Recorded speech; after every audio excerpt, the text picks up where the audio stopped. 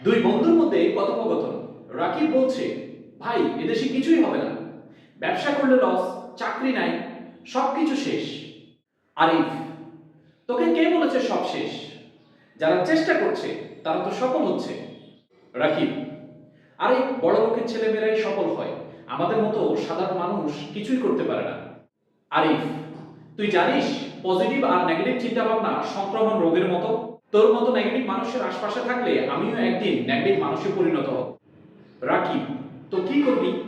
আমাকেও বাদ দিবি নাকি? আরিফ, একদম। 5 বছর পর কোথায় থাকবো সেটা নির্ভর করছে আমি আজ কার সাথে সময় কাটাচ্ছি তার উপর। আমি বিজয়ীদের সাথে চলবো, হারের কথা ভাবা লোকদের সাথে আমি চলবো না।